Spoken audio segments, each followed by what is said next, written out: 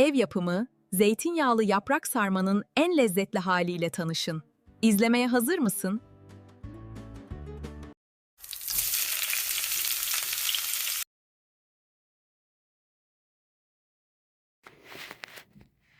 Merhaba arkadaşlar, kanalıma hoş geldiniz. Bugün sizlerle zeytinyağlı yaprak sarması yapacağız. Evet, öncelikle ben salamura yaprak kullanmadım. Bu şekilde şişelere doldurulmuş, tuzu olmayan yapraktan kullanacağım. Öncelikle yapraklarımı kavanozdan çıkarıyorum. Yani sapları varsa onları alıyorum ve düzenliyorum. Hepsini çıkardıktan sonra soğuk suyla yıkadım. Daha sonra tencerede hazır kaynatılmış su var ve ona şöyle bir hemen batırıp çıkardım. Çok bekletmedim. Öncelikle bunu yapıyoruz. Evet, ben hazır yaprak kullanmıyorum. Genelde bu şekilde tuzsuz şekilde yapıyorum ve gerçekten bozulmuyor. Çok güzel oluyor. Şöyle yapraklarımızı sıcak suya batırıp çıkardıktan sonra yapraklarımız hazır ve şimdi iç hazırlamaya geçeceğiz. Evet, şimdi sarmamızın içini hazırlayacağız. Ben orta büyüklükte bir soğan doğradım. Onu doğradıktan sonra tavaya aldım. Ve bir çay bardağı zeytinyağı koydum. Soğanlar biraz kahverengi oluncaya kadar pişirdim. Daha sonra 2 yemek kaşığı salça koydum. Ve 2 su bardağı pirinç kullandım. Bunların hepsini soğanlarla birlikte, salçayla birlikte karıştırdım. Evet, bu videoyu izleyen arkadaşlar, kanalıma abone değilseniz abone olmayı, yorum bırakmayı ve videoyu beğenmeyi unutmayın.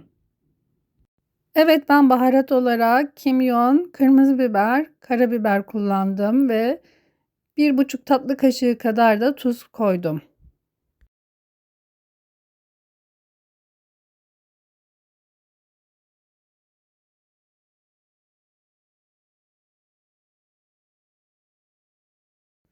Evet, iç harcımız hazır. Şimdi yeşilliklerini doğruyorum. Ben nane ve maydanoz kullandım. Şimdi onları ince ince doğrayıp içine karıştıracağım ve sarmaya başlayacağız.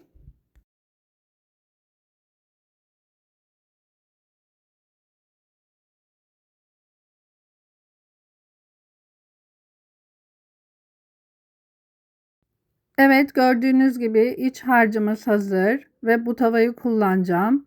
Yanmaması için altına 2-3 tane yaprak koyabilirsiniz. Hem de yapışmaz. Ben tahtanın üzerine 4-5 tane yaprağı açıyorum ve iç harcından koyup böyle daha hızlı, daha pratik oluyor. Evet, yaparken biraz uzun sürüyor ama yerken hemencecik bitiyor.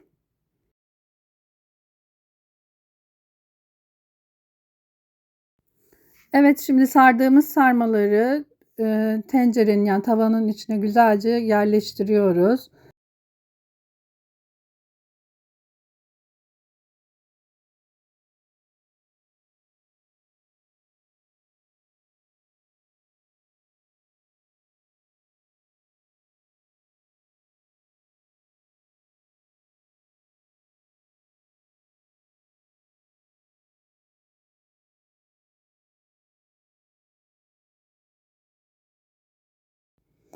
Evet, tavamız hazır. Yerleştirdik. Ben üzerine biraz daha tuz koydum ve zeytinyağı ekledim.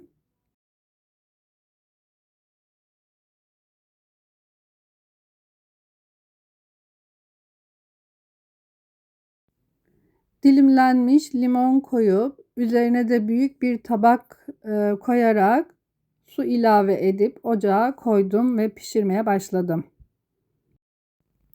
Evet, üzeri biraz geçinceye kadar su ilave ettim. Yani kısık ateşte olması lazım, kontrollü olması lazım. Yoksa yanabilir, yapışabilir. Eğer pişmezse biraz daha su ilave edebilirsiniz. Ve sarmalarımız hazır.